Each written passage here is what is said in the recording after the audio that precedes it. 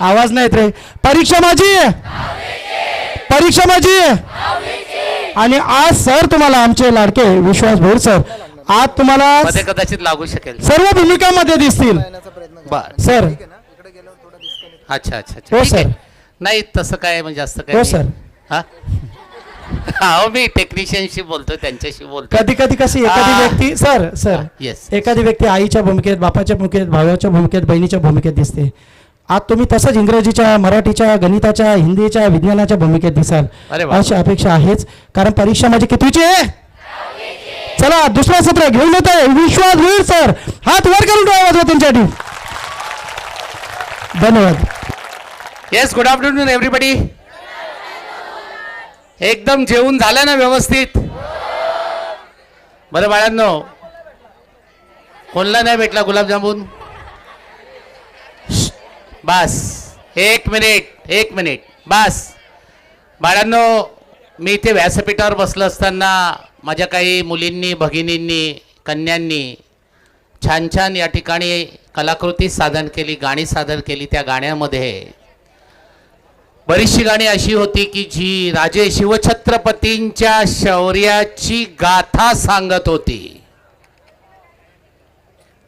आम्ही फक्त जय महाराष्ट्र म्हणतो, शिवाजी महाराज की जय म्हणतो, पण राजांच्या अनेक उत्तम गुणांपैकी एखादं गुण तरी आम्ही आमच्यामध्ये उतरवण्याचा प्रयत्न केला ना, ती खरी राजांसाठी तो खरा मुजरा असेल, ती खरी श्रद्धांजली असेल. आरडाओरड करणं, टाळ्या नका वाजवू. महाराजांचं नाव जिथे येईल तिथे टाळी नाही वाजली पाहिजे. कशासाठी? आपली पात्रता आहे टाळ्या वाजवण्याची. ज्या वेळेस त्या मुली त्या ठिकाणी राजांचा जयघोष करत होत्या, राजांचं गुणगान करत होते, पाठीमागे बसून तुम्ही गप्पा मारत होते आणि स्वतःला मराठी पुत्र म्हणवता. I want this pin drop silence for 1.5 hours. Have got it everybody clear? Very nice of you. बाय माझी ती पण काय गायकच आहे. कुठे गेली बाय? जर हातवरकर नाव नाही माहीत तुझं. छान सुरेल याच्यामध्ये ज्या मुलीने जे गाणं गायलं, आईची व्यथा सांगितली. बाय आता तुझी लग्नाची वेळ झाली आहे. कुठे गेली ती? हां कुठे ग बाय? धावला रिंग. हां तर ह्या पोरीने सांगितलं आईला आता चिंता लागली आहे, बाय तू वयात आली आहे, आता तुझ्या लग्नाचा विचार करायला पाहिजे, चांगला वर पाहिजे. खरं तर दिवसेंदिवस आईची चिंता वाढत चालली आहे, कारण हे चांगले आहेत याच्यावर मोठा प्रश्नचिन्ह निर्माण व्हायला सुरुवात झालेली आहे. पोरांनो, आता संपत्तीपेक्षा शिक्षण खूप महत्त्वाचं आहे. ज्याने शिक्षणाची चेष्टा केली, जीवनाने पुढच्या आयुष्यात त्याची चेष्टा केली म्हणून समजा. त्यामुळे मी म्हणत नाही की 24 तास तुम्ही सिरियस राहा. शेवटचा मुलगा तो मागे बघतोय. मी काल पण परवा पण बोललो होतो तुम्हाला, नो कॉम्प्रोमाइज. शिस्तीसाठी कॉम्प्रोमाइज नाही माझ्याकडे, नाही तर उठून जायचं प्रांगणातनं. बाळांनो, मी 24 तास सिरियस व्हा असं सांगतच नाही तुम्हाला. कारण आपली संस्कृती स्थान महात्म्य, वेळ महात्म्य याच्यावर आधारित आहे. आम्ही कुठे काय करावं याचे कट्टर निर्बंध ठरलेले ते हल्ली आम्ही पाळत नाही आहोत. तुम्ही सांगा मला, आपण जिथे जेवायला बसतो तिथे सकाळचा विधी उरकता येईल का? जिथे सकाळचा, थोडंसं घाणेरडं बोलतो, जिथे सकाळचा विधी उरकतो, भले ते गृह, ती जागा वापरलेली नसेल आणि तुम्हाला जेवायला दिलं, जेवाल तिथे? मग हे पवित्र स्थान कशासाठी आहे? कशासाठी इथे 2 तास आपण मांडी घालून बसणार आहोत? फक्त आणि फक्त अभ्यासाची चर्चा करण्यासाठी, फक्त आणि फक्त ज्ञानाचं ग्रहण करण्यासाठी. बरोबर का चूक आहे? मग हा वेळ आपल्या आयुष्यातला आपण कशासाठी निवडून दिलेला आहे? फक्त आणि फक्त ज्ञानाच्या चर्चेसाठी, अभ्यासाच्या चर्चेसाठी. बरोबर का चूक? वाह्यातपणाला 24 तास बाकी आहेत ना आपल्याला उरलेले. 24 तासातले समजा 2 तास वजा केले तर उरलेले सगळे तास आपण तेच करतोय. त्यामुळे लक्षात ठेवा की आत्ताचे 1.5 तास सरांनी मला दिलेला आहे. अभ्यास माझा 10वीचा. खरं तर मी हे तुम्हाला जूनमध्येच भेटून सांगायला हवं होतं, पण असू द्या. 10वीला नाही उपयुक्त झालं तरी ही चर्चा मोठ्या प्रमाणात पुढच्या शिक्षणासाठी निश्चित उपयुक्त होईल. बरोबर आहे? लक्षात ठेवा. कारण बाळांनो, तुम्हाला सगळ्यांना माहिती आहे पक्षी आकाशात उडतो कारण देवाने त्याला पंख दिलेत. मासा खोल पाण्यामध्ये पोहतो कारण देवाने त्याला गिल्स कल्ले दिलेत. बरं आहे ना? मग पक्ष्यासारखं आपल्याला उडायचं झालं तर काय करावं लागतं? आपल्याला विमानाची, ग्लायडरची साथ घ्यावी लागते. बरोबर आहे की नाही? म्हणजे थोडक्यात आपल्याला तंत्राची, यंत्राची, विज्ञानाची साथ घ्यावी लागते. लक्षात ठेवा, आपण विज्ञानाच्या साहाय्याने, तंत्राच्या साहाय्याने, यंत्राच्या साहाय्याने पक्षापेक्षा उंच उडू शकतो. जिथे पक्षी जाऊ शकत नाही तिथे आपण आज पोहोचलोय की नाही? सांगा, चंद्रावर पोहोचलो की नाही? जाईल का पक्षी चंद्रावर? मासा जिथे जाऊ शकत नाही तिथे आपण पोहोचलोय की नाही मला सांगा? पाणबुडीच्या साहाय्याने. मग लक्षात ठेवा, वर्गातला निसर्गदत्त बुद्धिमान विद्यार्थी, ज्याला निसर्गाने पंख दिलेत, त्याला अभ्यासाचे कोणतेही नियम नाही पाळलेत तरीच तो मार्क मिळवतो. त्याच्याही पेक्षा जास्त गुण आपण मिळवू शकतो. त्याच्याही पेक्षा उत्तम करिअर आपण करू शकतो. आपल्याला फक्त अभ्यासाचं तंत्र, मंत्र, यंत्र माहिती असायला पाहिजे. आणि नेमकं परवा दिवशी मी व्याख्यान घेताना तुम्हाला बोललो होतो, बीजगणिताचं व्याख्यान घेताना, की हेच तंत्र, मंत्र, यंत्र आपल्याला कुठेच शिकवलं गेलं नाही. पद्धतशीरपणे कदाचित गेलं असेल तर आपण शिकलो नाही. शिकावं कसं आणि अभ्यास कसा करावा? बरोबर आहे? आता शिकावं कसं हे सांगण्यात मी काही वेळ वाया घालवणार नाही, कारण आता अभ्यास कसा करावा याच्यावरच आपल्याला जास्तीत जास्त बोलावं लागणार आहे. मला सांगा, आता आपल्या एक्झाम किती तारखेला आपली 10वीची? 20 फेब्रुवारी. आजची तारीख आहे किती? 13. 31 म्हणजे जवळजवळ 68 दिवस, 68 days are in hour hand. 60 दिवस आपल्या हातामध्ये आहेत. बरोबर की नाही? हाच प्रश्न जेव्हा मी अगदी जून महिन्यामध्ये, जून पण नाही, एप्रिल महिन्यामध्ये विचारतो की 10वीच्या परीक्षेच्या तयारीला, ती मुलं मधला तो छोटू तिथे येऊन धरीन ना आपटी ना दिसंगता बावब नाही, बिलकुल बसायचं तर गप्पच बसायचं, बस, दॅट्स ऑल. दुसरा नियमच नाही माझ्याकडे. मी त्याच अटीवर इथे व्याख्यानाला जीवनमडी सरांना सांगून येतो. नियम माझे असतील 2 तास, परवडले तर बोलवा, नाही तर नका बोलू पुढच्या वर्षापासून. मी इथे घाम घालणार आहे, मी इथे ओरडणार आहे, माझ्या भल्यासाठी नाही ओरडणार आहे. मी जे काय करणार आहे ते तुमच्यासाठी करणार आहे. मी परवाही सांगितलं होतं आणि आजही पुन्हा सांगतो, मला पुन्हा डिस्टर्बन्स नको आहे. If you have any queries you can raise your hand, I will answer your any question, no issue. परत परत मला डिस्टर्ब करू नका प्लीज. हाच प्रश्न जर मी एप्रिल महिन्यात जर विचारला, किंवा तुमची 9वीची परीक्षा संपल्यानंतर तुम्हाला हाच प्रश्न विचारला, बाळांनो 10वीच्या परीक्षेच्या तयारीला, अभ्यासाला किती दिवस हातात आहे, तर ढोबळमानाने तुमची उत्तर येतात, सर अजून 1 वर्ष आहे, सर 11 महिने आहेत, कोणीतरी म्हणतो सर 10 महिने आहेत, वगैरे वगैरे वगैरे. खरंच असं असतं का रे बाळांनो? नाही. बघा ना, आपण 8 तास झोपा काढतो, त्याच्यानंतर शाळेत येणं जाणं, क्लास वगैरे, याच्यामध्ये 8-1 तास आपले निघून जातात. 8×16 इथे झाले. आपण काय मशीन नाही, बटन दाबलं की यंत्र चालू होतं. आपल्याला नाहणं धुणं, तयारी बियारी लागते. 1.5-2 तास याच्यामध्ये जातात. 16×2 18 झाले. बरं आहे की नाही? त्याच्यानंतर 4 वेळा हसडायला लागतं आपल्याला दिवसातनं. 1 वेळ शाळेत जाते, मग खायला लागतं, नाश्ता, याच्यामध्ये 2 तास गेले. असं करता करता जीवनावश्यक प्रक्रियेला आपले 22 तास खर्च होतात आणि आपल्या हातात फक्त शिल्लक राहतात 2 तास. या 2 तासाला 320 ने गुणलं आणि त्याला 24 न भागलं. घरी जाऊन उत्तर करून बघा, भागाकार करून बघा, उत्तर येतं 26.66. म्हणजे 10वीच्या 9 विषयांची तयारी करण्यासाठी 27 दिवसांमध्ये जितके तास शिल्लक असतात तेवढाच वेळ आपल्याकडे असतो. जास्तीत जास्त तुम्ही बारकाव्यासहित वेळ काढला तर I challenge you, not promise, कोई भी उठ के मेरे को प्रूव करके दिखाओ कि 50 दिन से 50 दिन से ज़्यादा दिन आपको मिलते नहीं मिलते. You are having maximum 50 days in a hand for the preparation of 9 subjects.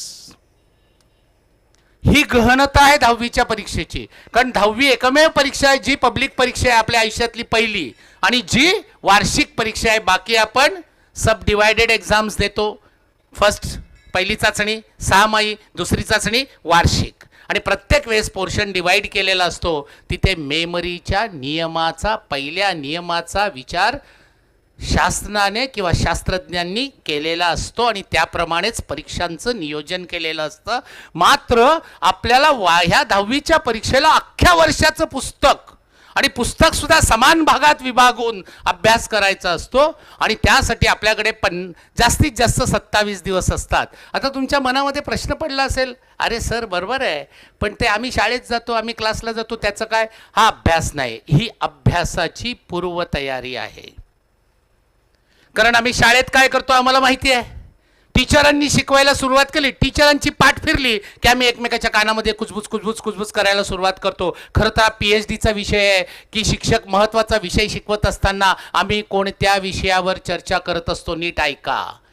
एका सर्वेप्रमाणे भारतीय माणूस, सामान्य भारतीय माणूस 98% दिवसभरात जी चर्चा करतो ती त्याच्या जीवनाशी संबंधित नसते. म्हणजे आपण सर्वेप्रमाणे 98% वाह्यात गोष्टींवर वेळ वाया घालवतो. ठीक आहे, याच्यावर मी जास्त बोलत नाही, फक्त तुम्हाला एक सिरियसनेस आणून दिला की वेळ कमी होता, त्याच्यातला पण वेळ तुम्ही घालवला आणि आता तुमच्या हातामध्ये उणेपुराणे 68 दिवस राहिलेत. 68 दिवस नाहीत, कारण त्यातले 6 तास कमीत कमी झोपलं पाहिजे. पहिला नियम लक्षात ठेवा, सरळ 6 तास कमीत कमी झोपलं पाहिजे. बरोबर आहे? तेही रात्रीच्याच वेळी. जागरण खूप करायचं नाही. आपलं शरीर हे सवयीचं गुलाम आहे. त्यामुळे एकदम तुम्ही 8ला उठत असाल तर पहाटे 5ला उठायची सवय करायची नाही. हळूहळू 15-15, 20-20 मिनिटं कट डाऊन करून पहाटे लवकर उठायला आठवडा 2 आठवडा घ्यायचे, अन्यथा आजारपण उद्भवतं. आम्ही परीक्षेच्या आदल्या दिवशी खूप जागतो आणि आजारी पडतो. तुम्हाला जो बदल करायचा तो आजपासून हळूहळू करायला सुरुवात करा. आता तुम्हाला सगळ्यांना सांगितलं असेल की विद्यार्थ्याचे 5 गुण, विद्यार्थी गुणपंचकम पाठ केलेले असतील. बरोबर आहे की नाही? 2 प्रकारामध्ये हे श्लोक आहे. ज्ञानतृष्णा, गुरुनिष्ठा, सदा अध्ययन दक्षता. ज्ञानाची तृष्णा असावी लागते, ज्ञानाची भूक असावी लागते. बरोबर आहे? ती भूक जर नसेल तर मी इथे कितीही वायफळ बडवलो त्याचा काहीही फायदा नाही. गुरुवर निष्ठा असली पाहिजे. आपल्याला मार्गदर्शन करणाऱ्या प्रत्येकाच्या प्रति आदर असला पाहिजे. तो या क्षणापासून ठेवायला सुरुवात करा माय डिअर्स. बरोबर आहे? कारण एक सामान्य नियम आहे, तुमच्यापैकी प्रत्येकाला माहिती आहे. आपण ज्या मूर्तीला पुजतो त्याला लोक चेष्टेने दगडाचा देव म्हणतात.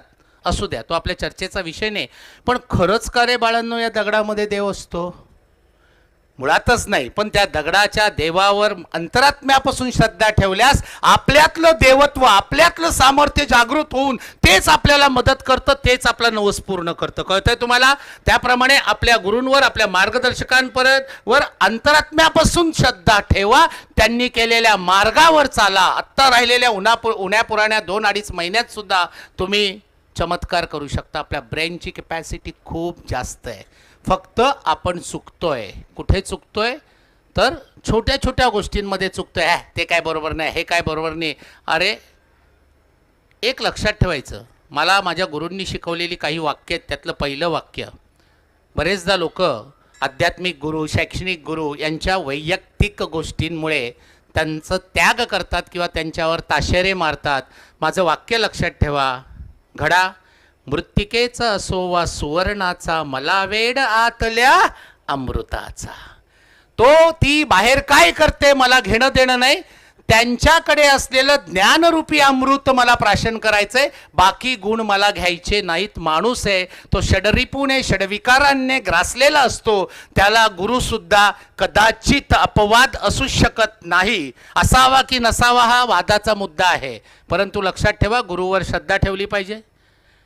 त्याच्यानंतर सदा अध्ययन. सदा अध्ययनात रम्मान असलं पाहिजे. अध्ययनाचा तास चाललाय, आपण मित्रांशी गप्पा मारतो. आत्ता जितकं पिन ड्रॉप सायलेन्स होऊन तुमच्यापैकी 90% विद्यार्थी ऐकतायत, असं प्रत्येक वेळेस का व्हायला नको? ते प्रत्येक वेळेस व्हायला हवं हे लक्षात ठेवा. एकाग्रता सगळ्यात महत्त्वाची गोष्ट आहे.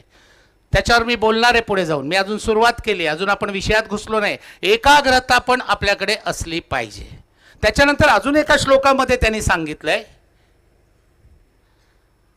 की कावळ्याप्रमाणे काकचेष्टा, बकदृष्टी, श्वाननिद्रा, अल्पाहारी. कावळ्याप्रमाणे चतुरता ठेवली पाहिजे, बगळ्याप्रमाणे लक्ष. तो माहिती आहे ना तुम्हाला, मासा पकडण्यासाठी एका पाण्यावर उभा राहतो, कसा राहतो, चोच टाकून आला की पकडतो लगेच. श्वाननिद्रा, कुत्र्याप्रमाणे सावध राहिलं पाहिजे, नाही तर घोरतोय, झोपलाय, परीक्षेला जायचं भान नाही, क्लासला जायचं भान नाही, शाळेत जायचं भान नाही. बरोबर आहे. आणि अल्पहारी, जेवण भरपेट या दिवसामध्ये करायचं नाही. मांसाहार, तिखट खाणं शक्यतो वर्ज्य करा. याची कारणं सांगणार आहे मी तुम्हाला पुढे पुढे जाऊन. पण या राहिलेल्या 2-2.5 महिन्यामध्ये तुम्हाला मांसाहार जर कोणी करत असेल, तिखट खात असेल, तर ते कमी करा. हार 2 ते 2.5 तासाने पुन्हा पुन्हा घ्या. परंतु एकदम पोटभर जेवल्याने काय येते? आपल्याला झोप येते. बरोबर आहे. आपल्याला ग्लानी येते, आपल्या नर्वस सिस्टमवर त्याचा परिणाम होतो आणि मग आपण केलेला अभ्यास आपल्या लक्षात राहत नाही. चला तर आपण येऊया आपल्या आता विषयाकडे. तयारी राहिलेल्या 68 दिवसांमध्ये काय काळजी घ्यायची आणि कशी कशी तयारी करायची तिकडे जाऊया. 68तले 68 दिवस काय मिळणार नाही, आपले आता 60च दिवस आहेत असं आपण गृहीत धरूया. आणि आपल्याला 9 विषयांचा अभ्यास करायचा आहे. विषयांचा अभ्यास करायचा म्हणजे काय, बरोबर आहे की नाही? आपण जरा पुढे बसलेल्या मुलांना प्रश्न विचारूया. कारण आता तुम्हाला सुरुवात करायची असेल तर पहिला प्रश्न स्वतःला विचारायचा आहे. हां, पहिला प्रश्न स्वतःला विचारायचा आहे, मी अभ्यास करतो का? बरे हो. तर मग मी अभ्यास कसा करतो किंवा करते? बरोबर आहे. दुसरा प्रश्न, मी करत असलेला अभ्यास पुरेसा आहे का किंवा योग्य पद्धतीने होत आहे का? अशी अभ्यासाबाबतची प्रश्नावली तुम्हाला तयार करायची. त्यात पहिला प्रश्न, मी अभ्यास करतो का? दुसरा प्रश्न, मी कसा अभ्यास करतो किंवा करते? तिसरा प्रश्न, मी करतो किंवा करते ती अभ्यासाची पद्धत योग्य आहे का आणि पुरेशी आहे का? बरोबर आहे. तर चला, पहिला प्रश्न तुमचा तुम्हीच विचारा. त्याचं उत्तर नकारात्मक असेल तर तुमचे कर्म तुमच्या मागे. तुमचं उत्तर होकारात्मक आहेत म्हणजे मी अभ्यास करतो किंवा करते का, याच्या अनुषंगाने मी काही विद्यार्थ्यांना पुढचा प्रश्न विचारतो, अभ्यास कसा करतो किंवा करते? चला बाई, कशी करते तू? अभ्यास करते म्हणजे काय करते? वाचन करते. ही ताई अभ्यास करते म्हणजे वाचन करते. ताई तू काय करते? अभ्यास करते म्हणजे काय? वाचन पाठांतर करते. बरोबर आहे. दादा तू काय करतो? अभ्यास करतो म्हणजे? लाजाला का सासरा आवल्या बघायला तुला? बोल. वाचन करतो. तू काय करतं? वाचन लिखाण करतो, गाईड समोर ठेवून. नाही ना? हात मिळव नालायक. अरे मिळव. हा बरं. जनरली अभ्यास कसा करायचा आहे खरंच माहीत नाही आहे. वाचन कोणीतरी एक, तुला बी आपटीन मी, तुला एकच हातान धरून आपटीन. हा, अभ्यास कसा करतो हा प्रश्न विचारला की वाचन करतो, पाठांतर करतो, लिखाण करतो, किंवा एखादा कोणीतरी त्यातल्या त्यात ती मुलगीच असते, एखादा कोणीतरी सर वाचन पठन ध्यान मनन चिंतन करते, हे यातल्या पठन या वाक्याशिवाय बाकी कशाचाच अर्थ हिला नीट माहिती नसतो. असतो का? नसतो माहिती. वाचन करतो पण वाचन याचा अर्थ नक्की माहिती असला पाहिजे. आपण वाचलेली ओळ तिचा मतितार्थ स्वतःला समजून घेत असू, वाचलेला मथळा आपण समजून घेतला असेल, आपण स्वतःला शिकवलं असेल, स्वयं अध्ययन केलेलं असेल तर आपण वाचलं बाळांनो. नाहीतर त्या वाचनाला काही अर्थ नाही. आपण मोठमोठ्याने बरोबर वाचत असतो पण त्याचे अर्थ, ते शब्द, त्याचा मतितार्थ आपण आपल्याला स्वतःला समजून देत नाही, त्याचा काहीही फायदा नाही. लक्षात ठेवा, असल्या प्रकारचं वाचन कामाचं नाही. खरं तर अभ्यास म्हणजे काय असा प्रश्न विचारला तर अनेक तत्ववेत्यांनी त्याची खूप साऱ्या व्याख्या केलेल्या आहेत. पण मला जी आवडती ती व्याख्या म्हणजे अभ्यास म्हणजे तीच गोष्ट सतत करणे, अंगवळणी पडेपर्यंत करणे, याला अभ्यास असे म्हणतात. अभ्यासाचा खरा अर्थ आहे सराव करणे. बरोबर आहे. तुका म्हणे असाध्य ते साध्य सायासु कारण अभ्यास. करतो का असा आपण अभ्यास? आपण सायकल चालवण्याचा जो सराव करतो तो अभ्यास झाला. आपण पोहण्याचा जो सराव करतो तो अभ्यास झाला. बरोबर आहे की नाही? खरं तर प्रति गोष्ट आपल्याला जमेपर्यंत करणे याला अभ्यास असे म्हणतात. आता आपण विषयांवर येऊया की विषयांचा अभ्यास करताना विषय 3 प्रमुख गोष्टींमध्ये वर्गवारीत करायचे असतात. ते लक्षात ठेवा, नीट ऐका. तुम्हाला त्याप्रमाणे चुळबुळ नको, पाय लांब करून बसा, चुळबुळ नको. तोंड दात लिफ हलताना दिसलं की फटके खाल्ले समजायचे. मुली बघा किती माझ्या गप्प बसल्यात, पाय दुखतोय त्यांचाही, त्या काही लोखंडाच्या बनलेल्या नाही आहेत. बरं, 3 प्रमुख भागांमध्ये विषय विभागले गेलेले आहेत. एक म्हणजे प्रायोगिक विषय, प्रॅक्टिकल सब्जेक्ट. दुसरा म्हणजे ॲनालिटिकल सब्जेक्ट्स. बरोबर आहे. आणि तिसरा म्हणजे प्युअरली पाठांतराचे सब्जेक्ट. बरोबर आहे, पाठांतराचा विषय. त्यानंतर विश्लेषक म्हणजेच ॲनालिटिकल सब्जेक्ट आणि एक प्रॅक्टिकल सब्जेक्ट. आता कोणते विषय याच्यात येतात नीट ऐका. गणित शुद्ध प्रायोगिक विषय आहे. ऐकून ठेवा, गणित शुद्ध प्रायोगिक विषय आहे. विज्ञान पार्शियल म्हणजे अर्ध प्रायोगिक, अर्ध ॲनालिटिकल विश्लेषणात्मक. 3ही भाषा विषय, 3तले सध्या आपण हिंदी, इंग्लिश आणि मराठी या 3 भाषा विषयांना घेऊया. These are totally analytical subject, विश्लेषणात्मक विषय. आणि पाठांतराचा एकच विषय आहे समाजशास्त्र, ज्यात काहीही समजून न घेता पाठ केलं तरी चालून जाऊ शकतं, नगासनग उत्तर लिहू शकता. आणि आय एम सॉरी टू से दुसरा विषय म्हणजे संस्कृत. ही भाषा आपण रोजच्या व्यवहारात वापरत नाही, म्हणून बोर्डाने पेपरचा पॅटर्न तयार करताना त्याचं पाठांतर केलं तरी चालेल अशाच पद्धतीने त्याचं नियोजन केलेलं असतं. आता तुम्ही म्हणाल ठीक आहे साहेबा, तू आम्हाला सांगितले 3 प्रकार की प्रॅक्टिकल, ॲनालिटिकल, पाठांतर. बरोबर आहे की नाही? विश्लेषणात्मक. यात तू विषय पण सांगितले. गणित हा प्रायोगिक विषय आहे. आता आपण प्रायोगिक विषय म्हणजे काय तिकडे जाऊया. बाळांनो, मी परवाही तुम्हाला सांगितलं होतं आणि आय रिपीट अगेन. मला सांगा, तुमच्यापैकी ज्या कोणाला गाडी चालवता येत नाही, मोटारसायकल चालवता येत नाही, त्याला इथे याच प्रांगणामध्ये 1 महिना मोटारसायकल चालवण्याचे धडे या स्क्रीनवर दिले, फळ्यावर दिले. प्रत्यक्ष मोटारसायकल हातात दिली नाही. तुमची लेखी परीक्षा घेतली, मोटारसायकल कशी चालवावी, किंवा असं म्हणूया पोहण्याचा हे घेतला, क्लासेस घेतले, एक्सपर्टीजला बोलवलं, एक्सपर्टीजला. आणि त्याने 1 महिना तुम्हाला लेक्चर दिले. पाण्यात उडी कशी मारायची, हात कसे, कुठल्या प्रकारचं डायव्हिंग कसं करायचं, सगळं पाठ करून घेतलं.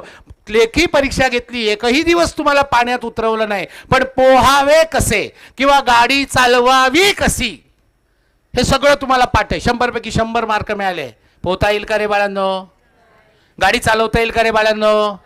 Because swimming, motorcycle driving, car driving, these are all practical subject. जोपर्यंत तुम्ही तुमच्या स्वतः ती चालवत नाही, सराव करत नाही, तोपर्यंत तुम्हाला येणार नाही. लक्षात ठेवा, गणित परमेश्वराने येऊन जरी शिकवलं, जोपर्यंत तुम्ही तुमच्या बुद्धीने गणित सोडवत नाही तोपर्यंत गणिता विषय तुम्हाला सोपा वाटूच शकत नाही. त्यामुळे गणिताचा अभ्यास, नीट ऐका, गणिताचा अभ्यास रोजच्या रोज झाला पाहिजे. रात्री झोपण्यापूर्वी कमीत कमी 1 तास, अर्धा तास तरी काढून ठेवा. 1-2 गणितं बीजगणिताची, 1-2 गणितं भूमितीची बघायची, न बघता सोडवण्याचा प्रयत्न करायचा. वेळ संपलं की झोपी जायचं. गणित आलंच पाहिजे असा काहीही नियम नाही. 15 ते 16व्या दिवशी तुम्ही एकदा वाचलेलं गणित तुम्हाला नाही सोडवता आलं तर माझा पत्ता शोधत या आणि मला तिकडे जोड्याने मारा माझ्या गावात, माझ्या घराच्या समोर. पण रोज 2 आठवडे ही साधना 1 तास करा. लिहून देतो बॉन्ड पेपरवर. गणित समजून घ्या. गाईड उत्तरपत्रिका बाजूला फेका. न बघता सोडवण्याचा प्रयत्न करा. पहिल्या दिवशी हे गणित तुम्हाला जमणार नाही. विषय संपला, वेळ संपली, बंद करा. दुसऱ्या दिवशी तेच गणित घ्या. तेच गणित पुन्हा वाचा. नीट ऐकताय तुम्ही माझं? तेच गणित पुन्हा वाचा. पुन्हा सोडवण्याचा प्रयत्न करा. पुन्हा कदाचित चुकवेल, कदाचित तिसऱ्या दिवशी ते गणित तुम्हाला करेक्ट लिहिता येईल. आता दुसरं गणित घ्या. तुमचा अनुभव येईल. पहिल्या दिवशी त्या एका गणिताला मला 2-3 दिवस लागले. आता हे गणित मला दुसऱ्याच दिवशी सोडवता आलं. तिसऱ्या वेळेस तुम्हाला तिसरं गणित घ्या. तुम्हाला हा अनुभव येईल की गणित एकदा किंवा दोनदा वाचलं की मला सोडवता येतं. त्यानंतर कुठलंही गणित घ्या, एकदा वाचाल, सोडवता येईल. रोज गणितं बदलवायची. कळतंय तुम्हाला? एकदा एका प्रकारची सायकल चालवायला शिकलो की आपण सगळ्या प्रकारच्या सायकल चालवतो की नाही? एकदा गावातल्या विहिरीत पोहायला शिकलो की कुठल्याही पाण्यात पोहायला शिकणार की नाही? लक्षात ठेवा. माझ्या वाक्यांवर विश्वास ठेवा. विश्वासच्या वाक्यांवर विश्वास ठेवा. एकच गणित घ्या, वाचा, समजून घ्या, न बघता सोडवा. ज्या दिवशी हे गणित तुम्हाला अब्सोल्युटली सोडवता येईल त्या दिवशी दुसरं गणित घ्या. हा प्रयोग जास्तीत जास्त 15 ते 20 दिवस करा. 2 ते 3 आठवडे करा. आय अश्युअर यू तुम्हाला फॉर्म्युले आपोआप आठवायला लागतील. तुम्हाला वाचलेली गणितं, ऐकलेली गणितं आपोआप सोडवता येतील. पण हे न चुकता करायचं. आपण काहीही झालं, बोर्डाची परीक्षा आहे म्हणून जेवणार नाही का हो? आंघोळ करणार नाही का हो? मग तसंच लक्षात ठेवा. क्लासची परीक्षा आहे, शाळेची प्रिलियम आहे, डझंट मॅटर. अभ्यास न करता जा तिकडे. बोर्डाला नका अभ्यास न करता जाऊ. नंतर बोलणार आहे मी. पण त्या दिवशी अर्धा तास तरी गणितासाठी काढा. हे कळलंय सगळ्यांना? कोणाला याबद्दल काही शंका आहे? झोपण्याच्या आधी. बरं. आता ज्यांना विज्ञान कठीण जातं त्या महाभागाने ऐका. आधी आपण बोलूया. प्रॅक्टिकल सब्जेक्ट म्हणजे कळलं. आता ॲनालिटिकल सब्जेक्ट म्हणजे काय ते समजून घेऊ आणि मग आपण विज्ञानाकडे वळूया. बाळांनो, ॲनालिटिकल सब्जेक्टमध्ये आपल्याला लेखकाच्या जागेवर जाऊन त्या ठिकाणी त्या पद्धतीचा विचार करावा लागतो. बरेचदा ॲनालिटिकल सब्जेक्टचं अध्ययन करत असताना जो अध्यापन करत असतो, आपला गुरु असतो, शिक्षक असतो, त्याचं विश्लेषण करता असतो, त्याप्रमाणे त्या ओळींचा त्या गोष्टीचा अर्थ बदलत असतो. त्यामुळे ॲनालिटिकल सब्जेक्ट जो असतो, विश्लेषणात्मक सब्जेक्ट, भाषा विषय, अतिउत्तम ज्ञान असलेल्या शिक्षकाकडनं शिकणं ही पर्वणी असते. कारण अनेक उदाहरणं, अनेक रोजची पुरावे देऊन तो विषय आपल्या डोक्यामध्ये फिट करत असतो. नुसतं वाचून भाषा विषय कधी शिकला जात नाही. तर भाषा विषय कसा शिकायचा नीट ऐका, किंवा कसा वाचायचा तो नीट ऐका. सर शक्य आहे का? हो, आपल्या मेंदूला सगळं शक्य आहे. बाळांनो मला सांगा, कोणाची स्टाईल? पुष्पा. हा, आता मला सांगा, पुष्पाची अख्खी स्टोरी लिहायला घेतली तर आपलं मराठीचं एक जाडं पुस्तक तयार होईल की नाही मला सांगा? या नालायकांना डायलॉग साईड पहिल्या ओळीपासून दुसऱ्या ओळी, शेवटच्या ओळीपर्यंत अख्खा पिक्चर पाठ असेल. का बरं? तर इंटरेस्टने आपण तो समजून घेतला. हिरोच्या जागेवर आपण स्वतःला पाहिलं, हिरोईनच्या जागेवर आपल्या मित्र.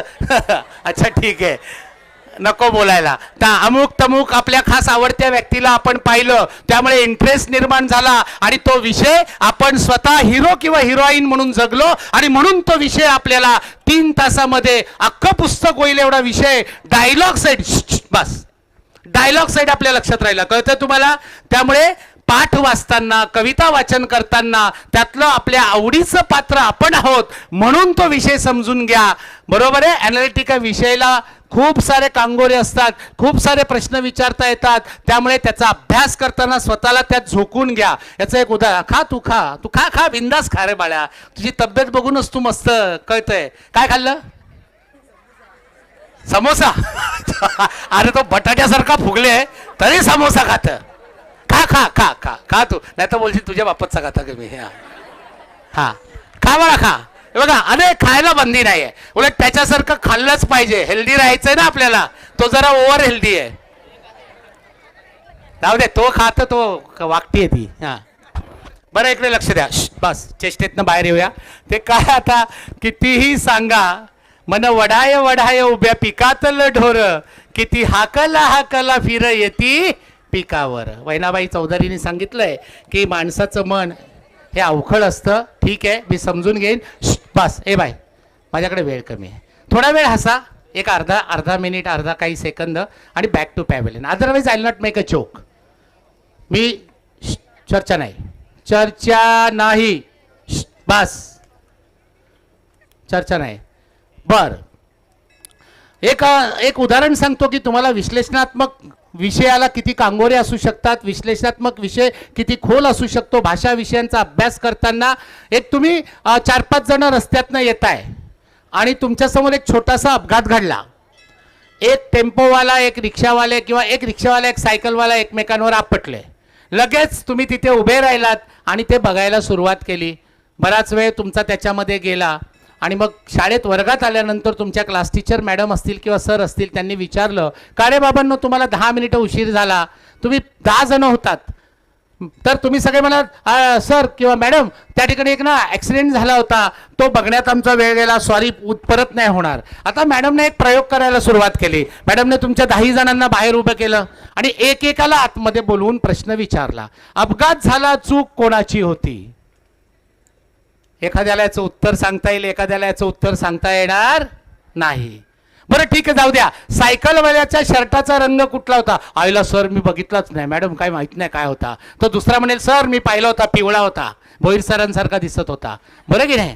पुढचा प्रश्न, सायकलचे स्पोक तुटले होते की नव्हते? नाही पाहिले. तर एखादा म्हणेल मी पाहिले मॅडम, 4 स्पोक तुटलेले होते. किती प्रश्न विचारता येतील? अगणित. सगळ्याच प्रश्नांची उत्तर आपल्याला देता येतील नाही, पण प्रत्येकाला वेगवेगळ्या पद्धतीने देता येतील. म्हणजे तुम्ही त्या विषयात जितकं खोल घुसाल, जितकं स्वतःला झोकून द्याल, तितका तो विषय तुमचा पक्का होतो, कायमस्वरूपात लक्षात राहतो. म्हणून नुसतं पाठांतर करू नका, वाचताना स्वतःला तो विषय समजावून सांगा. यासाठी तिन्ही भाषा विषय इथे लागू पडतात, हे लक्षात ठेवा बाळांनो. That's called as an analytical subject. आता येऊया, science is a partial mathematical, partial analytical. Science हा विषय इतका सुंदर आणि सोपा आहे, आणि म्हणूनच जगामध्ये खूप मोठे मोठे शोध लागले का सायन्स एकमेव विषय असा आहे की बसताना उठताना आपल्याला त्याचा अभ्यास करता येतो, त्याची अनुभूती घेता येते. टाइमपास बसलोय आपण, बेंचवर लिहितोय, त्याच्याऐवजी बेंचचा उभी रेषा आडवा, आडवी रेषा मोजा आणि कर्ण मोजा, पायथागोरस सिद्ध होतो की नाही बघा. टाइमपास करता येईल. मी तर तुम्हाला सांगतो, युअर ममाज किचन, आईचं स्वयंपाकघर ही जगातली सर्वोत्तम रसायनशास्त्राची प्रयोगशाळा आहे, लॅबोरेटरी आहे. त्याच्यामध्ये अनेक गोष्टी तुम्ही शाळेत शिकता, त्या तिथे तुम्हाला आठवता येतील. प्रेशर कुकर आपल्या प्रत्येकाच्या घरात आहे की नाही मला सांगा. मग लगेच प्रेशर कुकर कोणत्या तत्वावर चालतंय नाही कळणार का तुम्हाला? बरं की नाही? तर तुझी त्याला लात लागली का नाही मला माहित नाही, पण मी मोजून मारीन. लागली ना? परत सांगतो, ही शेवटची संधी आहे.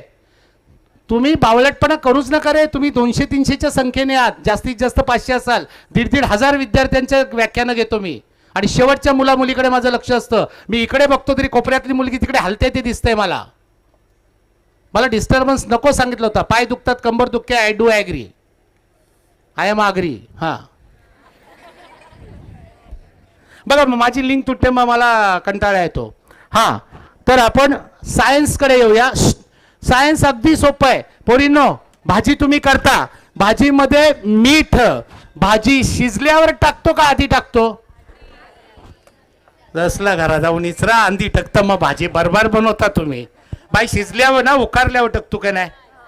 आधीच टाकता भाजी मीठ. अरे मी भाजी, मला खरंच तुमचा संबंध नाही म्हणून पोरींना विचारलो. माझ्या आई पाण्यामध्ये क्षार टाकल्यानंतर पाण्याचा उत्कलन बिंदू कमी होतो, आणि म्हणून भाजी उकडायच्या आत जर त्याच्यामध्ये मीठ टाकलं तर भाजी नीट शिजत नाही. असला घरा जाणं Ichhra.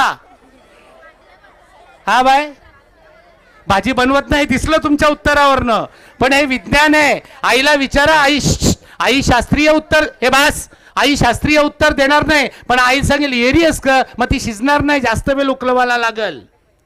R you getting me? समजतंय? बघा तुम्ही पापड तळलेला पाहिला असेल, पापड भाजलेला पाहिला असेल, दोघांची चव वेगळी येते. कधीतरी स्वतःला प्रश्न विचारलाय काय येते, काय येते?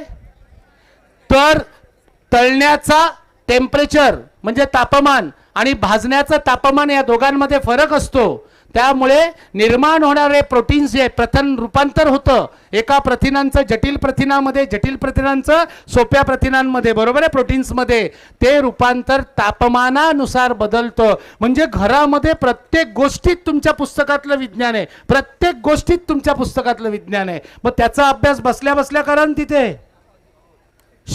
ए बस, मला सर सायन्सला जायचं नाही, मला विज्ञानाची गरज नाही, असले काही वाक्य उच्चारू नका.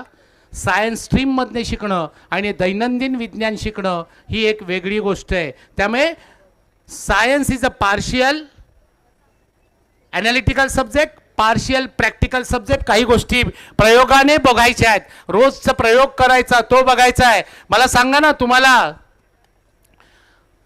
वेग, संवेग या गोष्टी ऐकल्यात तुम्ही?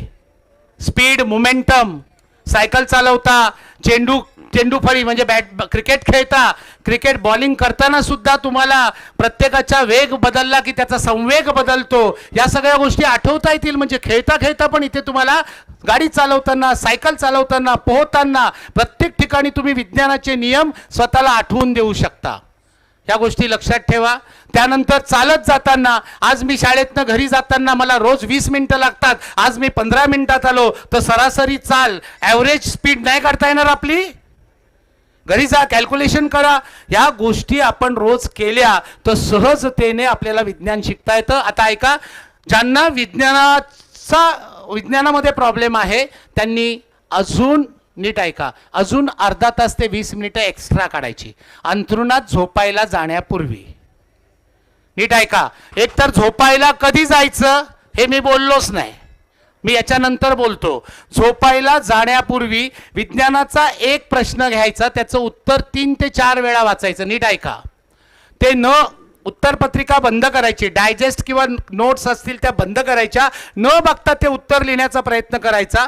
त्यानंतर आपण चेक करायचं, चुकलेलं असेल, जिथनं चुकलं तिथनं वाचायचं, परत न बघता लिहिण्याचा प्रयत्न करायचा. नीट ऐका, तुमची वेळ संपली, पुस्तक वही बंद करा, झोपी जा.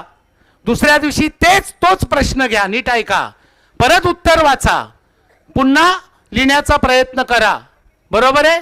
तुमच्या लक्षात येईल एकच उत्तर मला 3 दिवस 4 दिवस वाचावं लागलं आणि मग अचूक आलं. पण हळूहळू एक उत्तर 2 दिवस, एक उत्तर एकच दिवस, एक उत्तर एकदाच वाचल्याला आठवडा 2 आठवडे जातील. पण मग त्यानंतर कुठल्याही विषयाचा कोणताही प्रश्न त्याचं उत्तर एकदा वाचलं की तुम्हाला न बघता अचूक लिहिता येईल. हा प्रयोग करा. हे प्रयोग सगळे मी सिद्ध केलेले प्रयोग आहेत, हवेत बोलत नाही. अगदी दगड विद्यार्थ्याला सुद्धा यातनं बुद्धिमान घडवले गेलेले आहेत, घडलेले आहेत. ज्या मुलांना SSC स्टेट बोर्डामध्ये 45-55 मार्क होते ते आज CA, CS, ICWS करतायत. प्रयोग 10वीला सांगितला होता, त्यानंतर त्यांनी तो आयुष्यभरासाठी वापरला. लक्षात येतं तुम्हाला काय करायचं आहे? ज्यांना विज्ञान कठीण आहे त्यांनी विज्ञानाच्या अभ्यासाला 15 ते 20 मिनिटं काढायची, गणिताच्या अभ्यासाला 1 तास काढायचा, म्हणजे 1.5 तास झोपण्यापूर्वी काढायचा. शाळेची परीक्षा असतो, क्लासची परीक्षा असतो, शाळेचं होमवर्क असतो, ते सगळं तुम्हाला करायचं तेव्हा करा. नाहीतर शाळेच्या परीक्षेचा अभ्यास न करता गेलात तरी चालेल. माझी एक स्ट्रॅटेजीज असते. मी स्ट्रॅटेजीमध्ये मुलांना आयदर शाळेची परीक्षा किंवा क्लासचा परीक्षेचा अभ्यास करायला सांगतो. एक परीक्षा ओव्हरलॅप करतो आणि हुशार मुलांना अभ्यास न करता जायला सांगतो. याचं कारण सांगतो, ऐका माझं.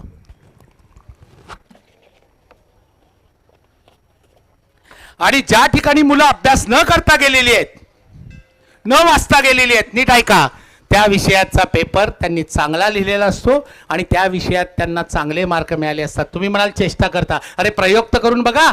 शाळेच्या किंवा क्लासच्या परीक्षेत जर कमी मार्क पडले तर काय मोठा डोंगर नाही कोसळणार आहे. प्रयोग तर करा एका प्रिलियमला. मी चॅलेंज देऊन सांगतो, कारण 10वीच्या कोणत्याही परीक्षेला जाणाऱ्या कोणत्याही विद्यार्थ्याला विचारा, अभ्यास झाला का? नाही रे, थोडासाच झाले.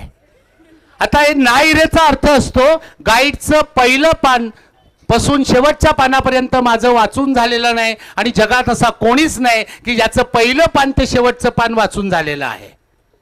पण मला सांगा, आपण आदल्या दिवशी अभ्यास केला, त्यातलं किती परीक्षेला आलं पोरींनो? किती? एखाद दुसरा प्रश्न, पण तरी आपल्याला 70%, 80%, 90% मार्क मिळालेत पोरांनो. हे कशाच्या जीवावर? आधी केलेल्या अभ्यासाच्या. बरोबर का चूक? 101% बरोबर आहे. कारण आपण सगळं आदल्या दिवशी वाचलेलंच लिहितोय का? अरे कधीतरी वाचलेलं त्या दिवशी आठवतं. लक्षात ठेवा, 3 सायकॉलॉजीज आहेत. In the examination hall, before the examination hall, after the examination hall. I will talk about that afterwards. बरे, परीक्षेपूर्वी, परीक्षागृहात आणि परीक्षेच्या नंतर या मनाच्या 3 स्थिती आहेत. या स्थितींचा सराव आजपासून केला तर तुमचा अभ्यास झालेला आहे. जर वर्षभर तुम्ही रेग्युलर क्लासेस, स्कूल अटेंड केलेले असतील तर तुम्ही एकदा तरी प्रत्येक प्रश्न वाचलेला आहे. आणि मेंदूची क्षमता एवढी आहे की तुम्ही एकाग्र होऊन जर हे प्रश्न वाचलेले असतील तर तुम्हाला ते परीक्षेच्या दिवशी आठवतील. फक्त तुमचा तुमच्यावर, स्वतःवर आत्मविश्वास असायला हवा. विद्यार्थ्यांच्या 5 गुणांपैकी हा एक गुण आहे, आत्मविश्वास. स्वतःवर विश्वासच नसतो. वाचूनच नाही झाला. अरे वाचून काय नाही झाला, वर्षभर केलंय तेच लिहायचंय. बरोबर आहे की नाही? Black and white. वर्षभर केलंय तेच आपल्याला करायचंय, लिहायचंय. आदल्या दिवशीचा अभ्यास याच्यावर जास्त अवलंबून राहायचं नाही. तुम्ही बोला, आयला मग सर आदल्या दिवशी अभ्यासच नाही करायचा का? नाही, वाचत राहायचं. आता पुढचं वाक्य आहे का, अतिशय धोकादायक वाक्य मी उच्चारतो. अनेक शिक्षण क्षेत्रातले शिक्षक, अनेक लोक माझ्या या वाक्याशी सहमत नसतील, पण मी तरीही तुम्हाला सांगतो, माझ्यावर विश्वास ठेवा.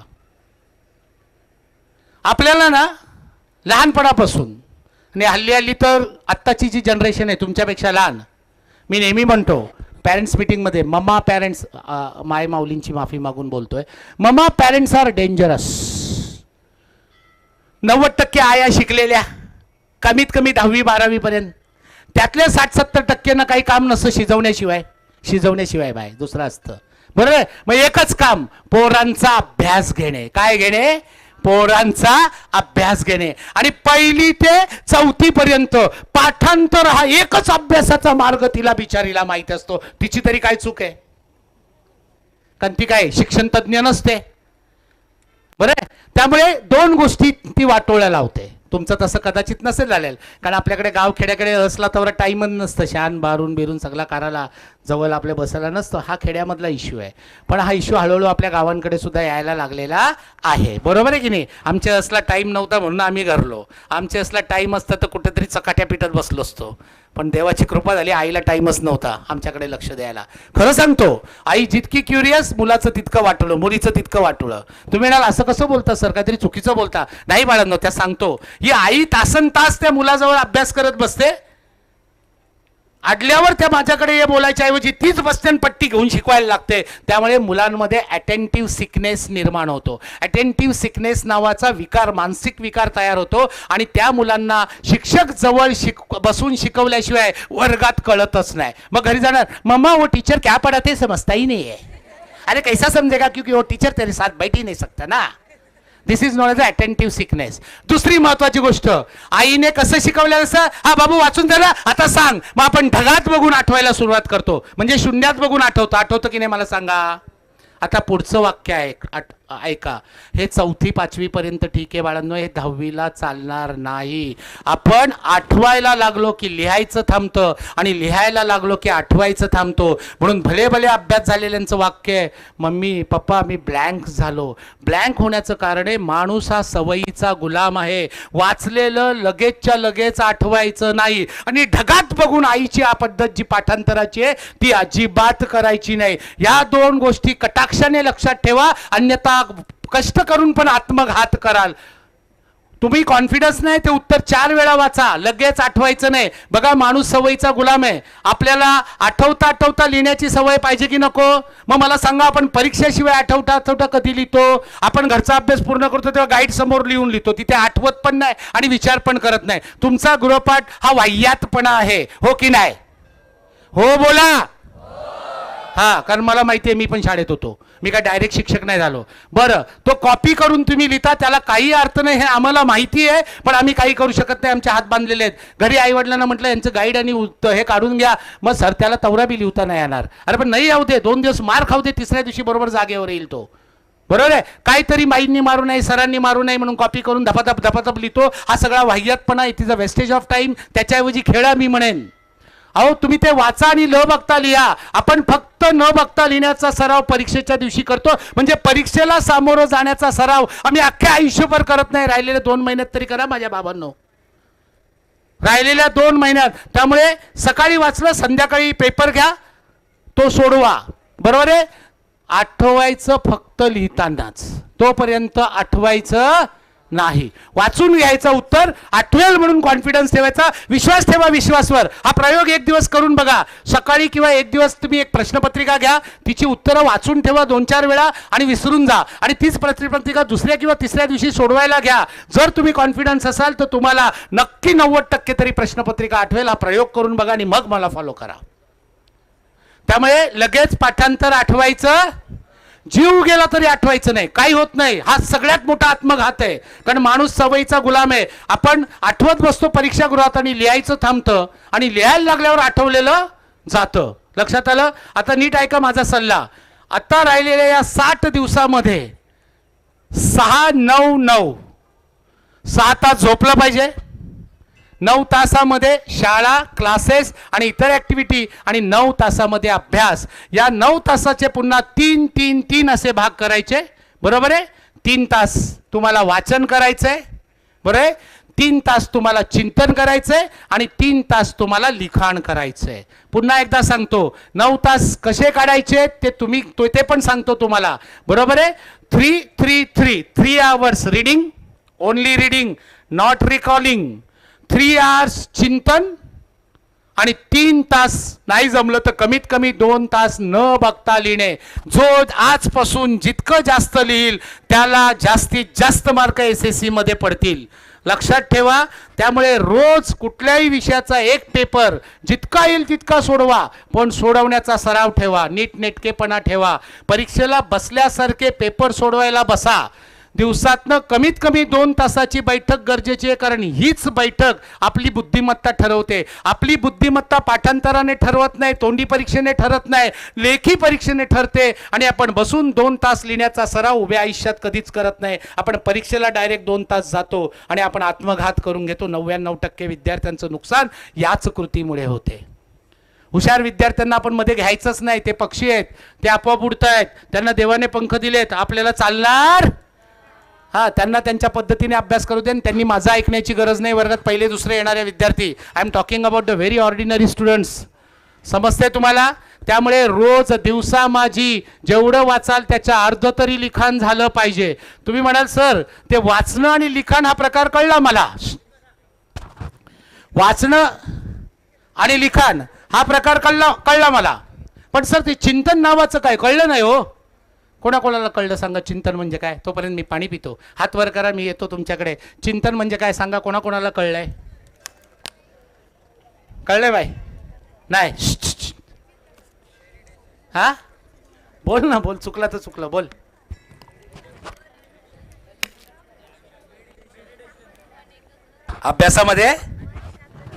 अभ्यासामध्ये मन एकाग्र. ऐका आता, चिंतन म्हणजे काय बघूया. चिंतन खरं तर खूप गहन आहे, पण तुमच्यासाठी एकदम साधं सोपं सांगतो.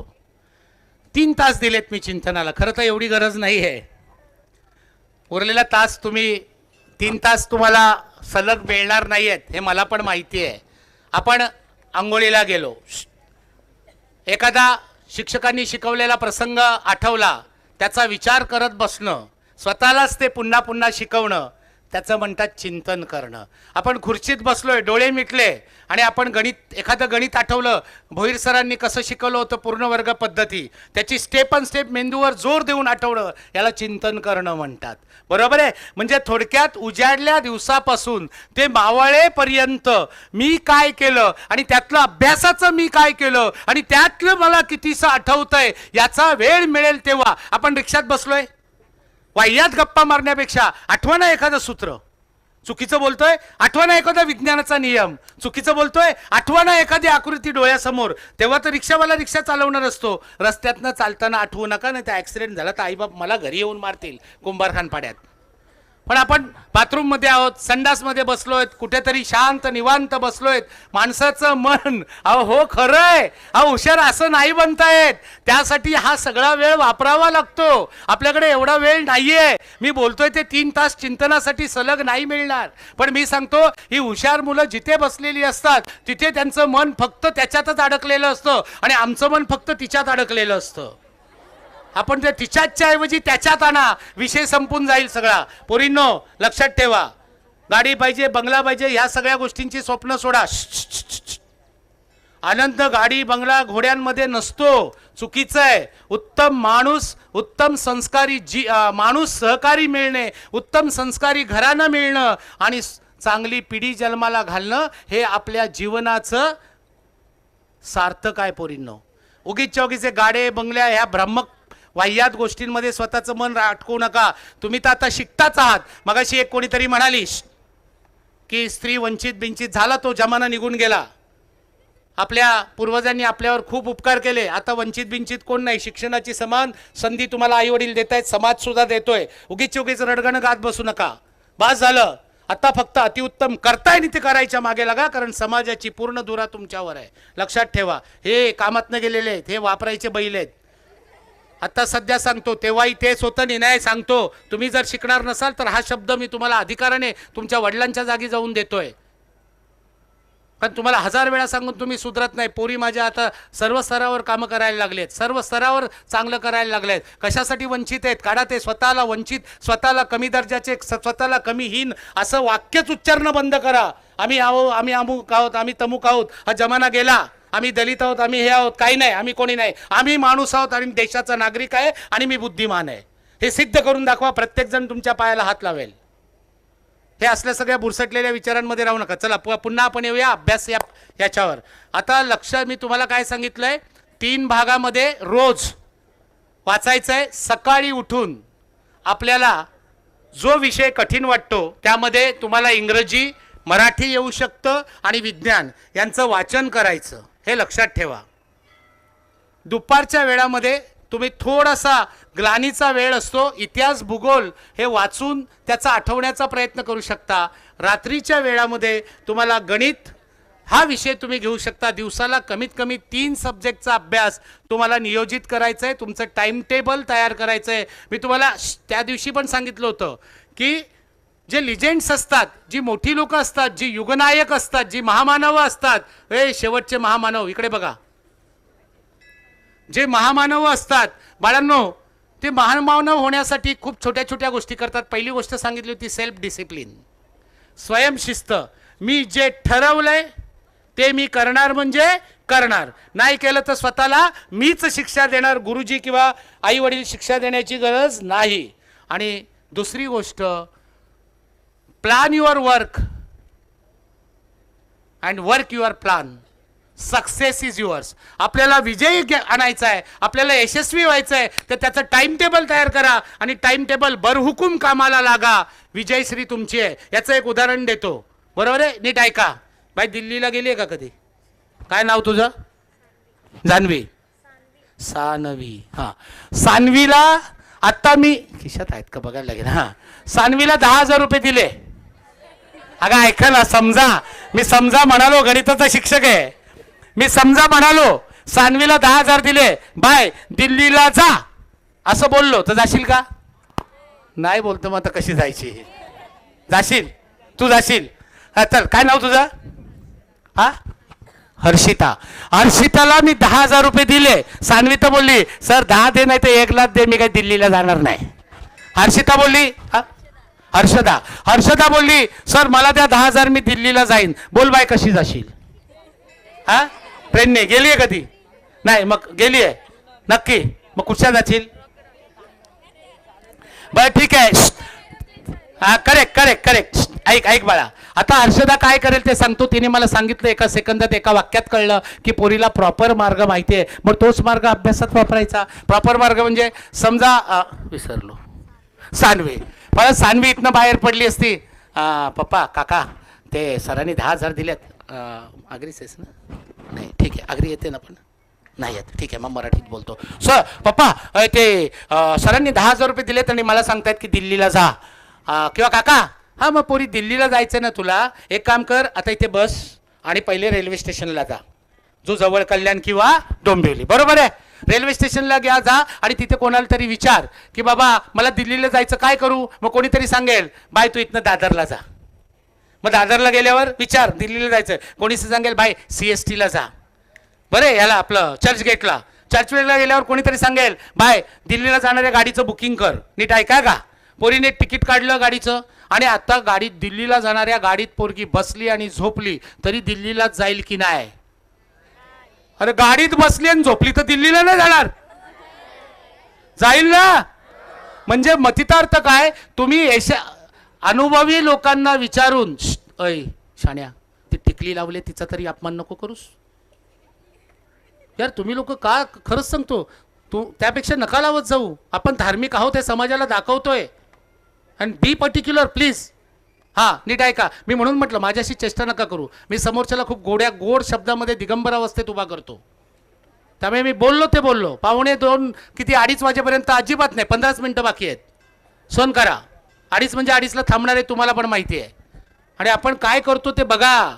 समाज आपल्याकडे आदराने बघतोय, आम्ही त्या परमेश्वराचा अपमान करतोय. चला पुढे जाऊया. तर बाळांनो, सांगायचा मतितार्थ होता, जाणत्या शिक्षकांना विचारा, टाइम टेबल तयार करा, टाइम टेबल भरहुकूम कामाला लागा, यश तुमचं आहे, हो की नाही? त्यामुळे टाइम टेबल शिक्षकांना विचारा, त्यांच्याकडनं टाइम टेबल तयार करून घ्या.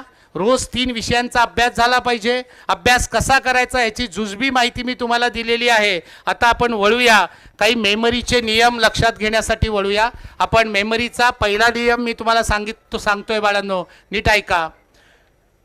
एक तर या सगळ्या गोष्टी एकाग्रतेशिवाय घडत नाही. सगळ्यात गोष्ट लक्षात ठेवा, आपल्या सबकॉन्शियस माइंडची, अंतर्मनाची क्षमता प्रचंड आहे, पण अंतर्मन आपल्याला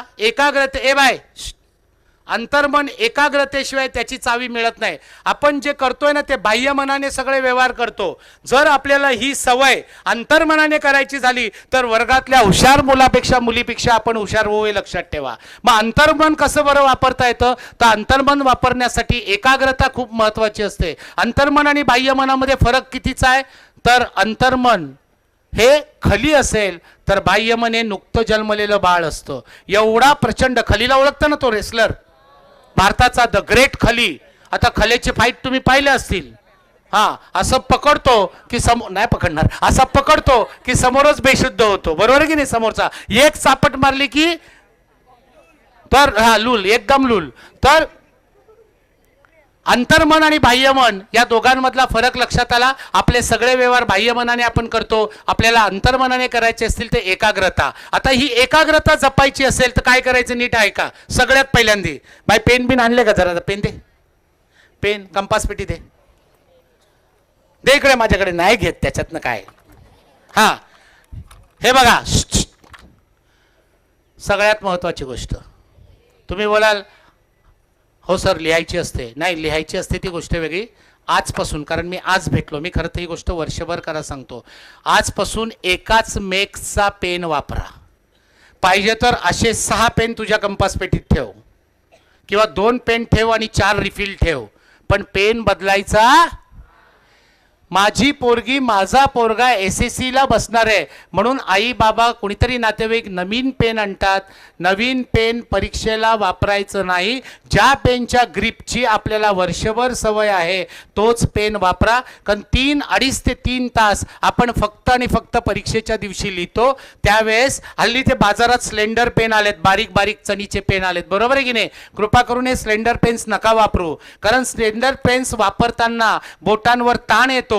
हा ताण सबकॉन्शियस माइंड पर्यंत, अंतर्मनापर्यंत पोहोचतो, तो आपल्याला कळत नाही. 1 ते 1.5 तास लिखाणानंतर तुमच्या हाताला कड लागते आणि ही कड मेंदूपर्यंत पोहोचते आणि तुमची एकाग्रता भंग होते. त्यामुळे ह्या मुलीकडे जसा पेन आहे तसा रबर ग्रिपर पेन वापरा. रबर ग्रिपर पेनने हाताला घाम येत नाही आणि हा पेन आपण रोज वापरत असल्यामुळे आपण 2 ते 3 तास पेन वापरल्याने आपल्याला जाणवत देखील नाही. बघा, आपल्या नाकात, कानात, आपल्या डोळ्यावर चष्मा चष्मा असतो, हातात घड्याळ असतं. रोजचं घड्याळ आपल्याला समजत नाही, रोजचा चष्मा समजत नाही, पण घड्याळ चष्मा ज्या दिवशी बदलतो त्या दिवशी ते जाणवतं. बरोबर आहे. त्यामुळे पेन, पट्टी, पेन्सिल लोकांना क्षुल्लक गोष्टी वाटतात, पण याच गोष्टी 90% मुलांना नापास करण्यास कारणीभूत होतात. त्यामुळे पेपर सोडवताना रोज तुम्ही पेपर सोडवणार आहात आजपासून. काही जे 4 प्रश्नांचे उत्तर लिहा, ते लिहिताना कंपास डाव्या हाताला ठेवायची का उजव्या हाताला ठेवायची, पेन, पट्टी, पेन्सिल खिशात ठेवायची का कुठे ठेवायची याचा सराव करा. कारण एक लक्षात ठेवा, पेन्सिलला दोन्ही बाजूला टोक करा. 2-2 पेन्सिल 4 टोकावाले ठेवून द्या. पेन्सिलची टोक तुटली की पेन्सिल हातातल्या हातात आडवी कधी फिरली हे कळलं नाही पाहिजे. आम्ही तिथे टोक करत बसतो, तिथे उत्तरपत्रिका चालून आपण पेपर पेपर हलवत बसतो आणि पेन शोधतो. यामुळे आपली एकाग्रता भंग होते. लक्षात ठेवा, आजपासून व्यवस्थित रेषा मारणं, व्यवस्थित चौकट करणं याचा सराव करा. या छोट्या गोष्टी आहेत, पण याच गोष्टी तुम्हाला बुद्धिमान बनवतात. नीट ऐका बाळांनो, नाही मी परीक्षेला चांगलं अक्षर काढेन ना, मी परीक्षेला चौकट काढेन ना, नाही बाळांनो. माणूस हा सवयीचा गुलाम आहे. त्या दिवशी तुमचा मेंदू फक्त आणि फक्त उत्तर आठवण्यासाठी मोकळा पाहिजे. मेंदूला दुसरा संकेत जाताच कामा नये. बाकी सगळ्या गोष्टी आपसूक घडल्या पाहिजेत. कधी लाईन मारून झाली, कधी चौकट काढून झाली तुम्हाला पण नाही कळलं पाहिजे. इतका सराव आजपासून करा. कळतंय मी काय बोलतोय ते? पेन, पट्टी, पेन्सिल, पेन एकच मेकचा वापरायचा. 2 पेन ठेवा. पेन खराब झाला की फेकून द्या, दुसरा उचला आणि वापरायला सुरुवात करा. समजतंय? प्रत्येक वेळेस परीक्षेला जाताना पेन अप टू डेट करा. 2-4 रिफिल त्याच्यामध्ये ठेवा. 4 पेन ठेवले तरी काही हरकत नाही, पण पेन एकाच मेकचा पाहिजे. हे कळलंय सगळ्यांना? पट्टी कुठे ठेवायची त्याचा सराव आजपासून करा. कुठे ठेवायचा काही नियम नाही. मुलं खिशात ठेवतात, तुम्ही वेण्यात घाला चालेल, माझ्या आजोबाचं काय जात नाही, पण ती पट्टी तिथनं सहज निघाली पाहिजे. पेन्सिल शोभेची वस्तू नाहीये. पेन्सिलला दोन्हीकडे टोक करून घरातनं निघताना 2 पेन्सिल घ्या, 4 टोक. टोक तुटलं की दुसरी पेन्सिल उचलली गेली पाहिजे. बरोबर बोलतोय का चुकीचं बोलतोय? कारण ह्या गोष्टी आपली एकाग्रता भंगवतात, आणि आपली एकाग्रता भंग झाली की आपला विषय संपला, आपण ब्लँक होतो. त्यामुळे एकाग्रता खूप महत्वाची गोष्ट आहे. 1 मिनिट जरा मला पाणी पिऊ दे. एगे बाय तुझी कंपास. हा, पेन, पट्टी, पेन्सिल झाला. आता आपण पुढे येऊया.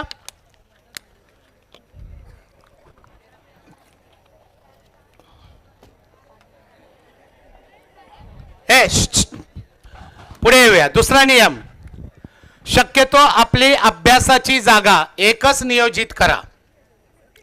सिंगल रूमचं घर असेल तरी अभ्यासाचा कोपरा नियोजित करा. टेबल खुर्ची असेल तर अतिउत्तम, नसेल तर चौरंग पाठ घ्या.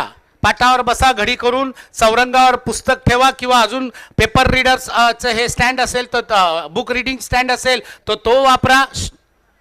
काय म्हणतात, सुस्पष्ट दृष्टीचं अंतर 1 फुटाचं राहिलं पाहिजे वाचताना. या सगळ्या काळजी घेऊन ताट बसा. आता नीट ऐका, बैठक महत्वाची आहे आणि रोज ताट बसूनच आपल्याला अभ्यास करायचा आहे. पेपर लिहायचा सराव करा, किमान बैठक मारायचा सराव करा. स्थिर आपण बसलं की, आता तुम्ही बसलात 2 तास, कड लागली आहे तुम्हाला, बरोबर आहे की नाही? पण तिथे 2-2.5 तास बसायचंय, तिथे पण कड लागते, नको तिकडे. पाठीच्या कण्याला कण लागते, पृष्ठभागाला कळ लागते, आणि ही कळ अरे हो लागते. ही तिथे काय गाद्या टाकलेल्या नसतात. घरात गादीवर बसू नका अभ्यास करताना.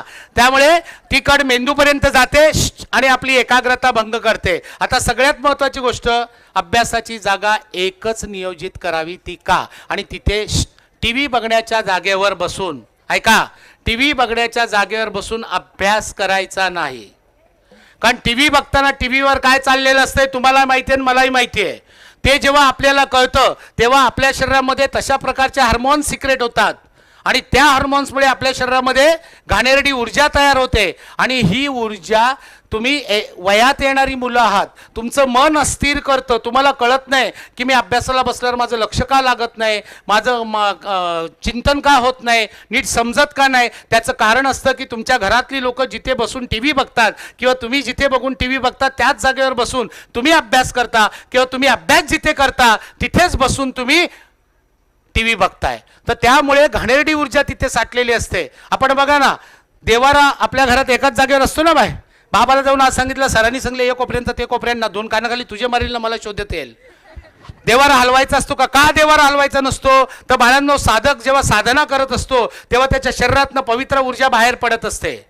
आणि अभ्यास ही एक साधना आहे, आणि साधना सिद्धीस जाण्यासाठी चित्ताची एकाग्रता आसन आणि सातत्य या तीन गोष्टी खूप महत्वाच्या आहेत. माझे वाक्य नीट ऐका. एकाग्रता, बैठक आणि सातत्य. त्यातलं आपण आता बैठकावर बोलतोय की बैठक तुमची एकच असली पाहिजे, कारण तुम्ही रोज तिथे अभ्यास करत असाल तर एक पवित्र ऊर्जा तिथे जमा होते आणि तुम्ही त्यानंतर तिथे अभ्यासाला बसलात, तुमचं मन एकाग्र होतं. आज इथे या कोपऱ्यात, उद्या तिथे आडवं पडून अभ्यास, तिरपं पडून अभ्यास, खुर्चीवर बसून अभ्यास, असं वेगवेगळ्या जागी अभ्यास करत असाल तर तुमच्या शरीरातनं बाहेर पडलेली पवित्र ऊर्जा आहे तुम्ही वाया घालवताय. आपण देवाऱ्यात जसं आई वडील आपली पूजा करून एक पवित्र ऊर्जा साठवतात, तीच पवित्र ऊर्जा, तशीच पवित्र ऊर्जा तुम्ही अभ्यास करताना साठते. त्यामुळे अभ्यासाची जागा नियोजित करा आजच्याच घरी गेल्यावर, आणि तिथे काहीही गेल्या टीव्ही बघू द्यायचं नाही कोणालाही बसून. आता पुढचं ऐका. हे तुमच्या आई वडील ऐकत असतील, नसतील तर आज ही लिंक त्यांना दाखवा.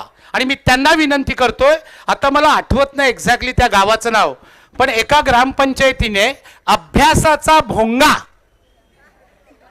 हा ऐका, अभ्यासाचा भोंगा या नावाचा उपक्रम चालू केलाय. आता हा उपक्रम काय सांगतो. त्या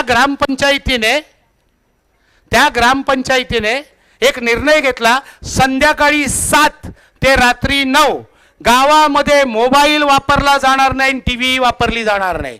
त्यासाठी ग्रामपंचायत सदस्य आणि काही पालक सदस्य अख्ख्या गावात फिरतात. 6 महिन्याच्या फरकाने सगळ्यांना शिस्त लागली. आज भोंगा वाजला गावामध्ये, तो भोंगा घेऊन रिक्षा फिरते. भोंगा वाजला की पोरं टारं खेळणं सोडून, सगळं सोडून, आया हातातलं काम सोडून पोरांच्या जवळ पोरांचा अभ्यास घेत बसतायत. आणि 2 वर्षामध्ये 54 विद्यार्थी हे त्यांचे स्कॉलरशिप, वेगवेगळ्या स्कॉलरशिपमध्ये आले. 2 वर्षात गावामध्ये एकही नापास होणारा विद्यार्थी त्यांच्या शाळेत राहिला नाही. फक्त 2 तासाचा नियम आहे. कोणता नियम आहे? No mobile, no TV. आणि हे सगळ्यांसाठी. आपल्या घरामध्ये आपण 10वी आहोत, 2 महिने नो मोबाईल, नो टीव्ही. मी अभ्यास करत असताना सांगायचं घरच्यांना, नाही तर मी शाळेत जाणार नाही, नाहीतर मी परीक्षेला बसणार नाही.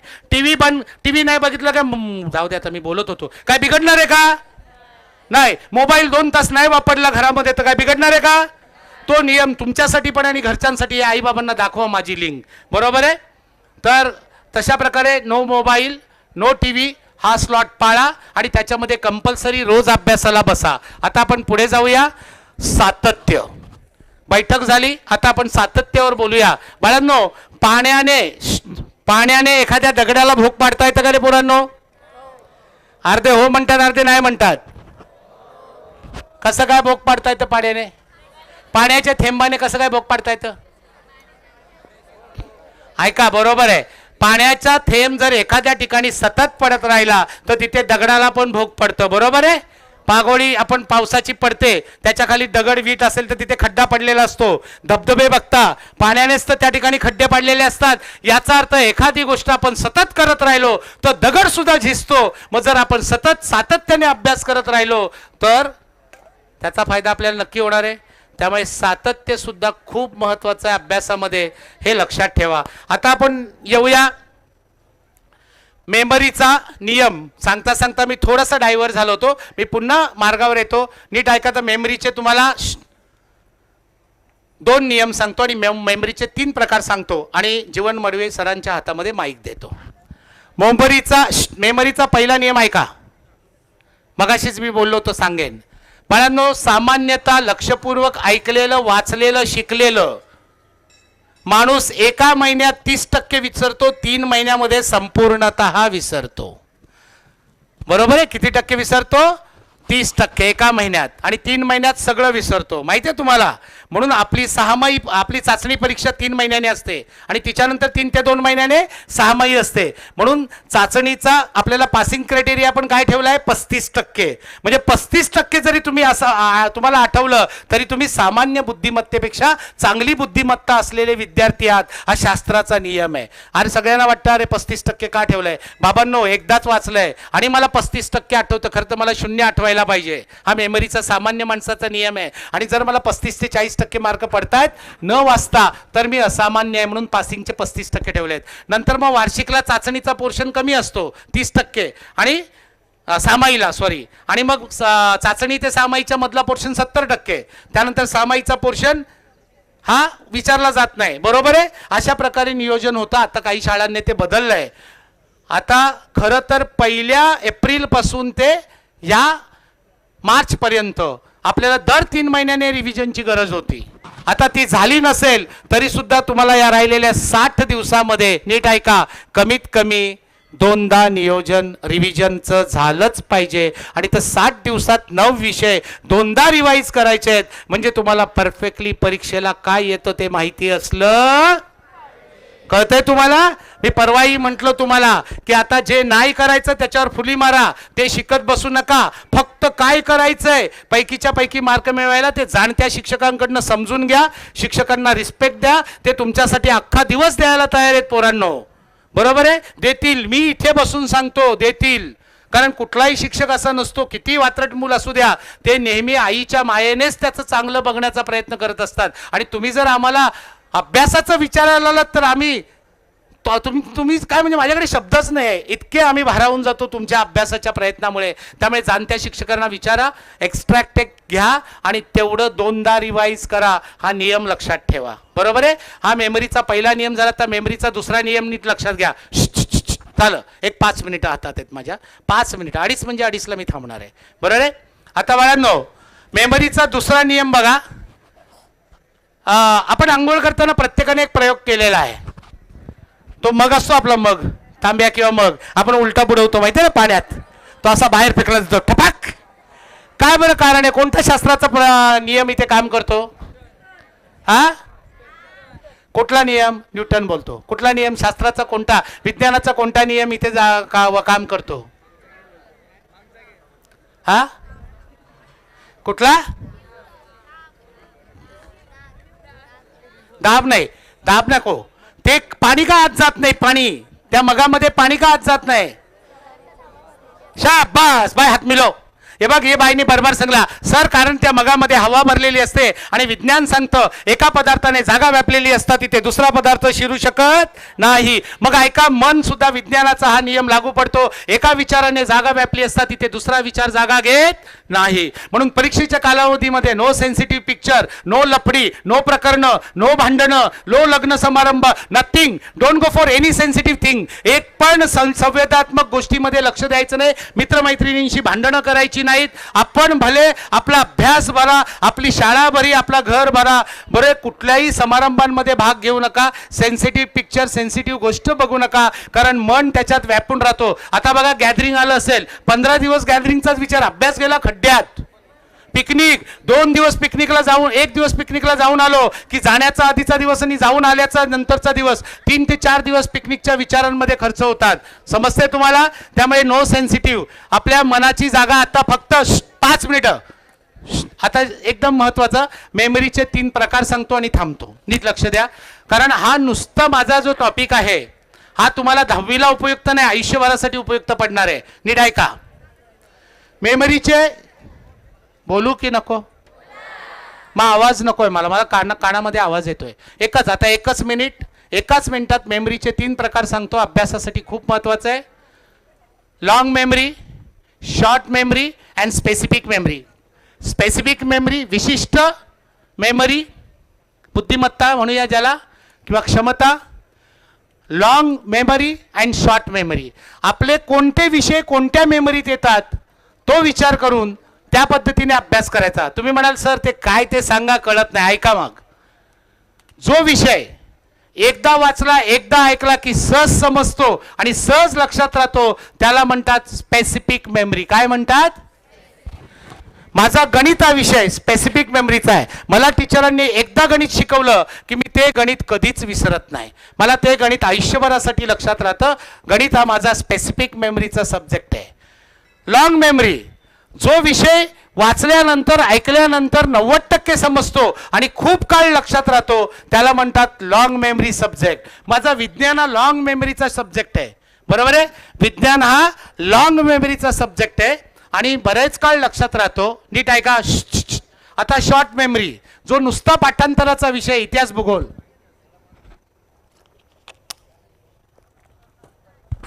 हा माझा व माझ्या मुलाचा दोघांचाही शॉर्ट मेमरी. किती वेळा वाचा ते इतिहास लक्षातच राहत नाही.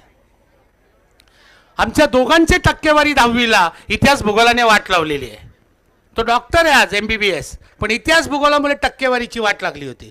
आमचं दोघांचंही मॅथ्स स्ट्रॉंग आहे, सायन्स लॉंग मेमरी आहे आणि समाजशास्त्र हा शॉर्ट मेमरी आहे. मग लक्षात द्या, शॉर्ट मेमरीच्या विषयाला जास्त वेळ द्या, लॉंग मेमरीला थोडा कमी वेळ द्या आणि स्पेसिफिकला अजून कमी वेळ द्या. टाइम टेबल तयार करताना प्रत्येकाची रचना ही वेगळी असते, लक्षात ठेवा. आता शेवटचा सल्ला देतो, काहीच नाही जमलं तर एवढं करा, 80% मार्क मिळतील. किती टक्के मार्क मिळतील? 80%. काय करा? नवनीतच्या प्रश्नपत्रिका संच घ्या. नीट ऐकताय? छाती टोकपणे सांगतो, ऑन एअर सांगतो. नवनीतच्या प्रश्नपत्रिका संच घ्या. 6 प्रश्नपत्रिका त्याच्यामध्ये आहेत, 5 त्यांचे नमुना आहेत आणि 1 त्यांनी सोडवून दिलेला आहे. बरोबर आहे? या 60 दिवसामध्ये त्या संपवायच्या आहेत. म्हणजे कदाचित एका विषयाच्या 2 किंवा 3 प्रश्नपत्रिका एका दिवसात अभ्यासाव्या लागतील. सगळ्या नाही जमल्या तर 4 तरी अभ्यासा. आणि त्यातली न बघता आईला सांगायचं, बाबा ना बाबा मी 1 आणि 2चा अभ्यास केलाय, कुठली सोडवू सांगा. बाबा बोलले 2. जेवढी जमेल तेवढी सोडवा, बोर्डाला बसल्यासारखं. एवढं जरी केलं, त्यात पण मी सांगतो, जी नापास होणारी विद्यार्थी आहेत त्यांनी कठीण प्रश्नांवर काट मारायचा. पेपर आपला 60 मार्काचा असतो, बरोबर आहे. आपल्याला त्यातला 30 मार्काचा निवडून पाठ करायचा किंवा 40 मार्काचा निवडून पाठ करायचा. कठीण प्रश्नांवर काट मारायची आणि सोपे प्रश्न सारखे पाठ करायचे आणि 100% न बघता लिहिण्याचा प्रयत्न करायचा. जो हा प्रयोग करेल मी त्याला बोर्डाच्या परीक्षेमध्ये 80% लिहून देतो. तो आज नापास होणारा असेल तरी, पण रोज 1 प्रश्नपत्रिका सोडवली पाहिजे. याचं नियोजन करा. आणि शॉर्ट मेमरीचे विषय त्यांच्या जास्त प्रश्नपत्रिका अभ्यासा. जे लॉंग मेमरीचे आहेत, म्हणजे जसं ज्याचं गणित चांगलं आहे त्याने एका दिवसात गणिताच्या 3 प्रश्नपत्रिका अभ्यासा. बरोबर आहे? हा एक उत्तम मार्ग आहे हा. आणि गेले 30 वर्ष मी प्रयोगाने सिद्ध केलेला मार्ग आहे. नवनीतच्या प्रश्नपत्रिका शाळेने सोडून घेतल्या तुमच्याकडनं? नाही घेतल्या तर तुम्ही सोडवा. बरोबर आहे? लक्षात ठेवा, काही शाळा दिवाळीनंतर नवनीतच्या प्रश्नपत्रिकांवर आपल्या भाषेत सांगत झालं धडाका घेतात आणि मग त्या शाळेचा रिझल्ट 100% लागतो आणि खूप सारी मुलं हे 80%च्या वर येतात. आणि हुशार मुलांनी ऐका, तुम्ही काय करायचंय, तुम्हाला प्रश्न जे IMP प्रश्न शिक्षकांनी दिलेले असतील त्याची A, B आणि C अशी वर्गवारी करा. A म्हणजे जे तुम्हाला बघताक्षणी ज्यांची उत्तरं येतात, B म्हणजे तुम्हाला थोडी उत्तरं आठवतात आणि C म्हणजे तुम्हाला अजिबात आठवत नाही. सगळ्यात पहिलं काम कोणावर करायचं? B वर. कोणावर करायचं? B वर, C वर नाही. बीतले जास्तीत जास्त किंवा सगळे प्रश्न A मध्ये आणायचं आणि मग C म्हणजे अति कठीण किंवा आपल्याला न जमणाऱ्या प्रश्नांवर काम करायला घ्यायचं. उलट काम करायचं नाही. जे जमतंय ते एकदा बघायचं आणि टिक करायचं. जे अर्ध जमतंय, कच्चं जमतंय ते पक्का करायचं आणि मग जे जमतच नाही त्याच्याकडे वळायचं. समजा नाही वेळ मिळाला तर घाबरून जाऊ नका. ठीक आहे, बरोबर 2:30 वाजून 1-2-3 मिनटं जास्तीची झालेली आहेत. मला पुन्हा इथे तुमची सेवा करण्याची संधी तेजोमय युवा प्रतिष्ठानने दिली, त्याबद्दल सगळ्या टीमचं, आदरणीय जीवन मडवी सरांचं, तुमच्या सगळ्या शिक्षकांचं, कार्यकर्ता मंडळींचं मी आभार मानतो आणि पुनश्च एकदा तुम्हाला सुयश चिंतितो.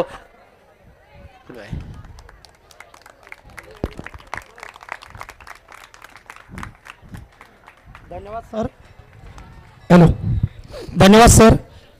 आज माईक छान आहे दादा. 3ऱ्या दिवसाच्या 2ऱ्या सत्रातला अति महत्त्वाचा विषय सर्वच महत्त्वाचे होते, पण त्या सर्वांमध्ये अति